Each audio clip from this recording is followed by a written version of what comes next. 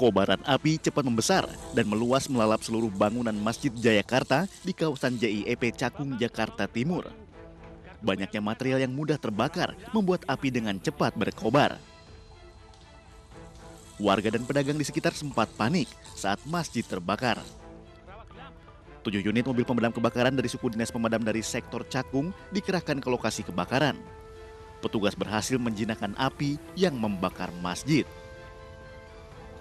Masjid yang berusia 39 tahun kini nyaris rata dengan tanah. Sebelum pandemi, buruh pabrik dan warga sekitar kerap menjalankan ibadah sholat Jumat di Masjid Jayakarta. Ya orang-orang marbot aja. Marbot aja? Ada berapa orang di sana? Ada 5 orang, yang satu lagi ngopi di dalam, di luar. Kalau asal apinya dari mana tuh Pak katanya Pak? Ya kurang tahu lah kalau masalah apinya. Kurang lebih proses pemadaman 20 menit dan saat ini sudah padam, alhamdulillah. Terjadinya kebakaran ini merupakan suatu musibah buat kami. Manajemen PT JIP komit untuk segera untuk dipulihkan ataupun direnovasi dan dibangun ulang. Saat ini penyebab kebakaran belum diketahui. Kasus kebakaran ditangani Polsek Cakung, Jakarta Timur.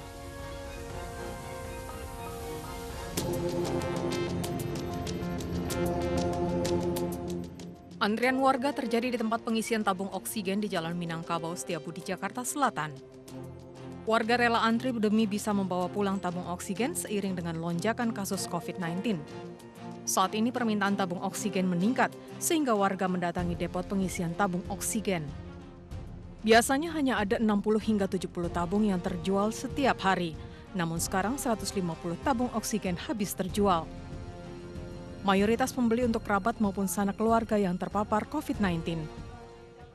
Saya kan di Kalibata, saya di Samali kosong, di Tebet juga kosong, coba ke sini.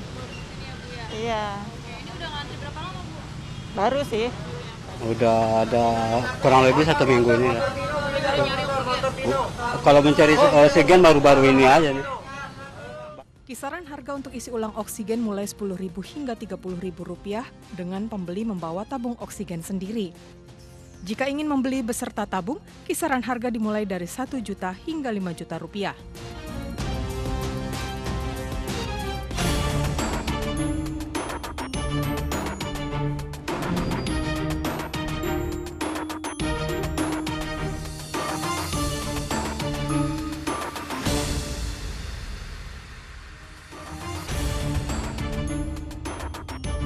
Tak mau bertanggung jawab, seorang pria di Majalengka, Jawa Barat justru menganiaya kekasihnya. Ironisnya, sang kekasih yang tengah hamil dianiaya hingga terluka dan keguguran. Bahkan pria tersebut menuduh kekasihnya selingkuh dan janin yang dikandung bukan anaknya.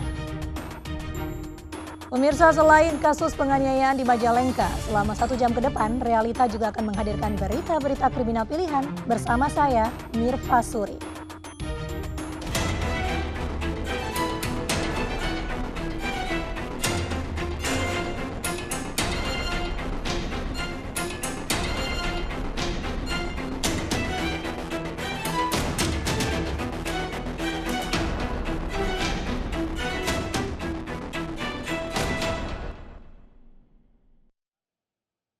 Pemirsa, diminta bertanggung jawab, seorang buruh kasar di Majalengka, Jawa Barat justru menganiaya kekasihnya yang hamil hingga terluka dan keguguran. Tidak hanya itu pemirsa, pria ini juga menuduh sang kekasih berselingkuh dan janin yang dikandungnya bukan anaknya.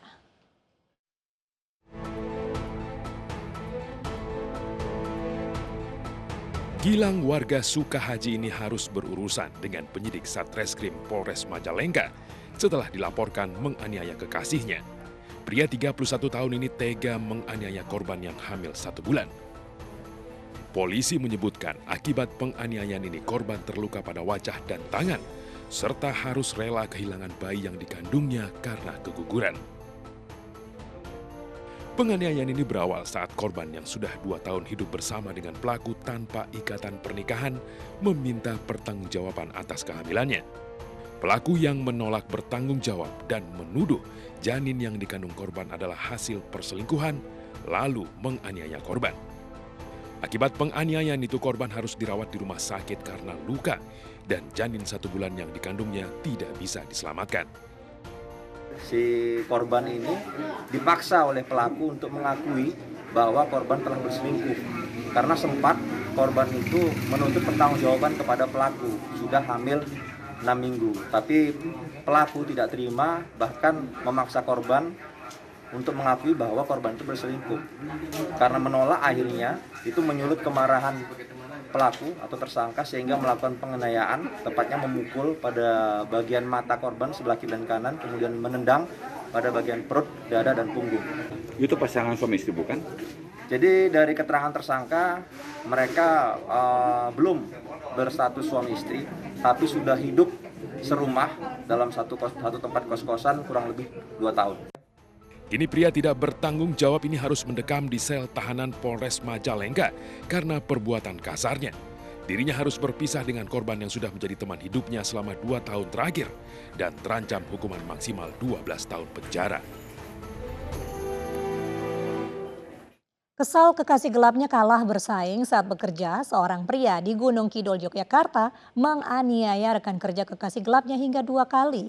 Korban pernah ditikam dan saat sudah pulih, korban ditabrak lari oleh pelaku.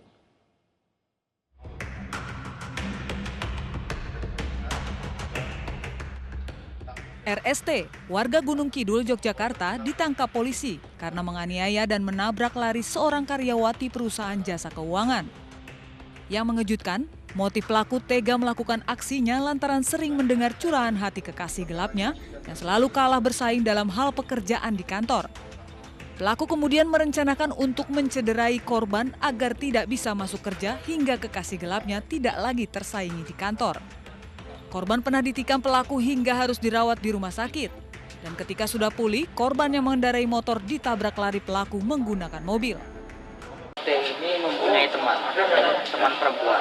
Yang kebetulan teman perempuannya ini bekerja di Mandala Finance bersama dengan korban.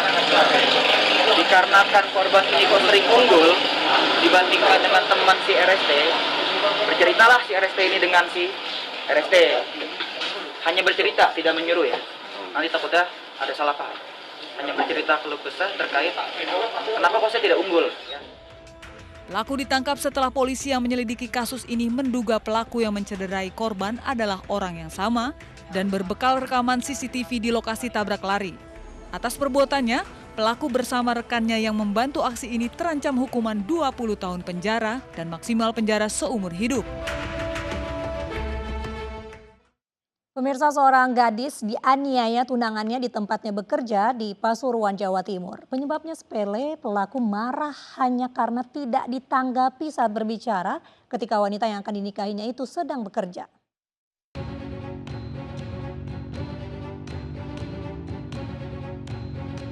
Adegan kekerasan yang terjadi di sebuah rumah makan di Pasuruan, Jawa Timur terekam kamera pengawas. Berkali-kali korban mendapatkan pukulan keras dari pemuda yang merupakan calon suaminya. Penganiayaan baru berakhir saat rekan kerja korban melerai. Peristiwa ini terjadi ketika korban tengah bekerja. Pelaku marah hanya karena pembicaraannya tidak ditanggapi tunangannya. Kurang dari 24 jam, tim Buru Sergap Suropati Polres Kota Pasuruan berhasil meringkus pelaku bersama seorang temannya. Pelaku berinisial ABD, berusia 18 tahun, dikenal ringan tangan kepada tunangannya. Motifnya sendiri 4 hari yang lalu sebenarnya yang bersangkutan tersangka ini sudah menempeleng wanita tersebut atau tunangannya tersebut di tempat yang sama. Kemudian setelah menempeleng 4 hari yang lalu tidak ada kontak selama 4 hari dan tunangannya tersebut, tersangka tersebut kembali ke tempat kerja si wanita ini. Setelah ketemu tidak dilayani untuk berbicara, dia kesal sehingga melakukan kekerasan tersebut. Selain rencana pernikahannya dengan korban dibatalkan, pelaku juga meringkuk di sel tahanan Mapolres Kota Pasuruan untuk mempertanggungjawabkan perbuatannya. Perbuatan sadis seorang pria kepada tunangannya juga terjadi di Malang, Jawa Timur. Korban juga dianiaya di tempatnya bekerja dan dengan sisa-sisa keberanian. Korban melaporkan tunangannya ke polisi untuk mempertanggungjawabkan perbuatannya.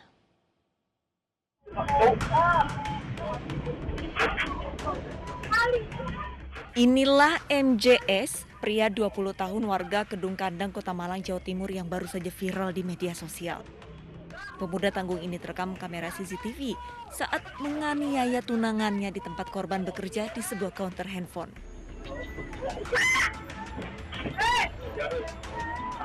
Kekerasan fisik yang dilakukan pelaku terhadap sang kekasih tidak hanya dilakukan sekali, namun berkali-kali. Ironisnya, penyiksaan fisik tersebut dilakukan di depan banyak orang termasuk anak di bawah umur. Saat penyiksaan terjadi, tidak ada satupun warga yang berusaha menolong korban ataupun mencoba melerainya. Warga hanya menonton hingga pelaku merasa puas meluapkan emosinya. Berbekal rekaman CCTV, korban melaporkan ulah kejam tunangannya ke polisi dan aparat pun menangkapnya tanpa perlawanan. Aksi kekerasan ini ternyata sudah 3 kali terjadi. Menurut Kasat Reskrim Polresta Malang, Kompol Tinton Yudari Yambodo, penyiksaan dipicu karena tersangka menuduh korban berkomunikasi dengan pria lain. Selain itu, tersangka juga pencemburu dan posesif terhadap tunangannya. Motif daripada pelaku melakukan penganiayaan tersebut yaitu dikabarkan karena cemburu.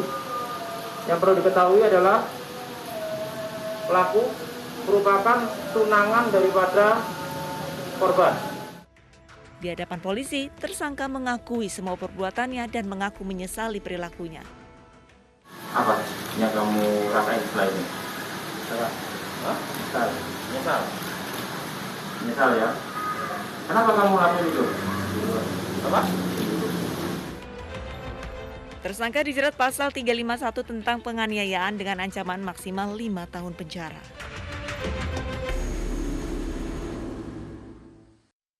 Seorang pria di Cianjur, Jawa Barat tega membakar kekasihnya hanya karena tidak mau diputuskan.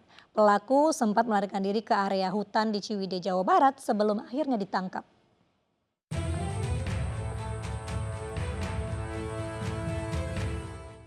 Inilah Dede Iskandar alias Bentar, pria yang tega membakar kekasihnya saat diciduk di hutan kawasan Ciwidey, Kabupaten Bandung.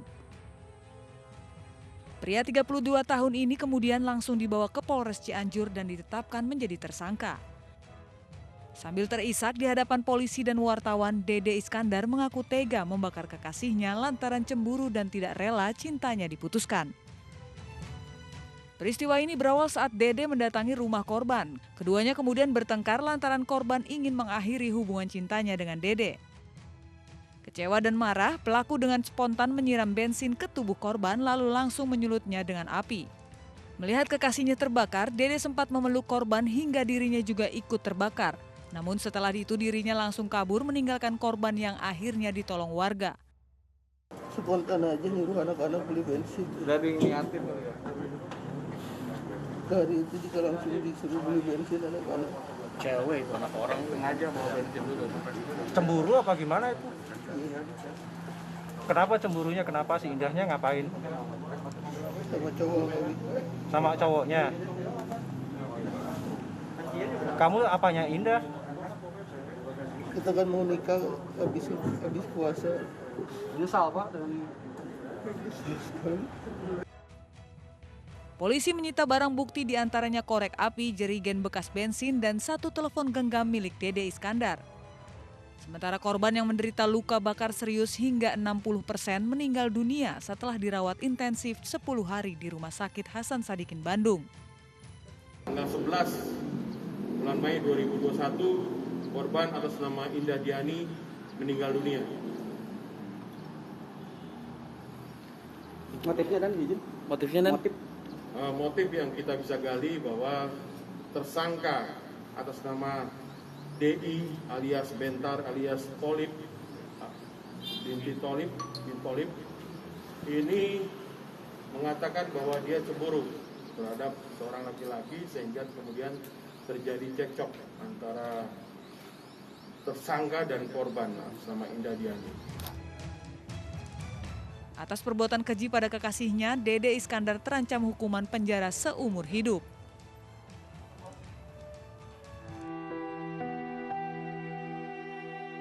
Kini jenazah korban dimakamkan di Pemakaman Umum Kampung Puncak Bayuning, Jawa Barat.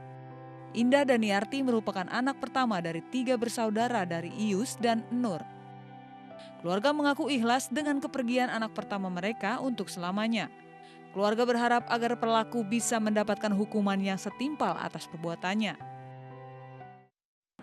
Saya ingin pelaku sadar atas kelakuannya, bahwa kelakuannya itu tidak benar, melanggar hukum. Saya hanya ingin aparat hukum, karena kita negara hukum, ya berilah hukum yang seadil-adilnya. Alhamdulillah saya ikhlas menerima negara ini. Ini sudah takdir anak saya. Sebelumnya pasca dibakar pelaku, Indah sempat dirawat di Puskesmas Cidaun. Karena luka bakar serius, Indah kemudian dirujuk ke Rumah Sakit Hasan Sadikin Bandung. Namun setelah dirawat intensif 10 hari, Indah Daniarti menghembuskan nafas terakhirnya.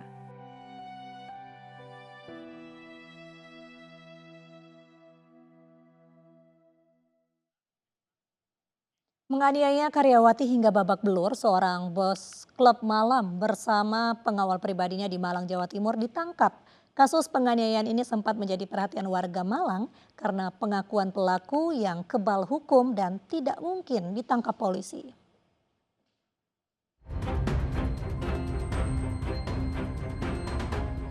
JE, bos salah satu tempat hiburan malam di Jalan Tangkuban Perahu, Kota Malang ini ditetapkan menjadi tersangka kasus penganiayaan bersama MI yang merupakan pengawal pribadinya.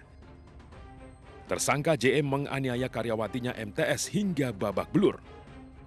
Namun korban yang melapor justru dilapor balik oleh tersangka dengan tuduhan penggelapan uang perusahaan sebesar 4,5 juta rupiah. Polres Malang Kota yang menyelidiki kasus ini menyita sejumlah barang bukti, diantaranya payung dan alat perekam video dari lokasi kejadian, yakni THM milik tersangka JE. Penetapan JE sebagai tersangka ini juga sekaligus menjawab keraguan sejumlah warga Kota Malang yang menilai jika JE kebal hukum. Nah, kami sudah memegang beberapa alat bukti yang cukup sehingga kami melakukan upaya paksa mengamankan saudara JF.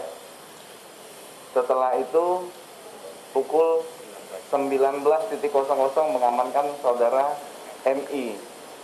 Jadi dugaan pasal yang kami terapkan adalah 170 ayat 2. Secara bersama-sama melakukan kekerasan terhadap orang atau barang di tempat umum mengakibatkan luka dengan ancaman hukuman maksimal 9 tahun penjara. Siapapun yang melakukan tindak kejahatan, maka segera ada perlakuan sama dengan yang lain. Artinya bahwa di sini tidak ada yang namanya masyarakat tidak pernah mendapatkan perlakuan hukum yang disparitas. Jadi inilah kehadiran negara di tengah-tengah kehidupan masyarakat, ada jaminan ya. Jaminan hidup, jaminan keamanan, dan jaminan kelangsungan hidup. Kedua tersangka kini mendekam di sel tahanan Polres Malang Kota dan menanti proses hukum hingga ke meja hijau pengadilan. Akibat penganiayaan tersebut, korban menderita luka di wajah dan sekujur tubuh hingga sempat dirawat intensif di rumah sakit. Kasus ini mencuat setelah sejumlah warga yang simpatik dengan korban protes ke polisi karena tersangka JE mengaku kebal hukum. Sakit hati cintanya diakhiri, seorang pria menyebarkan video dewasa mantan kekasih ke situs dewasa dan media sosial. Informasinya sesaat lagi hanya di Realita.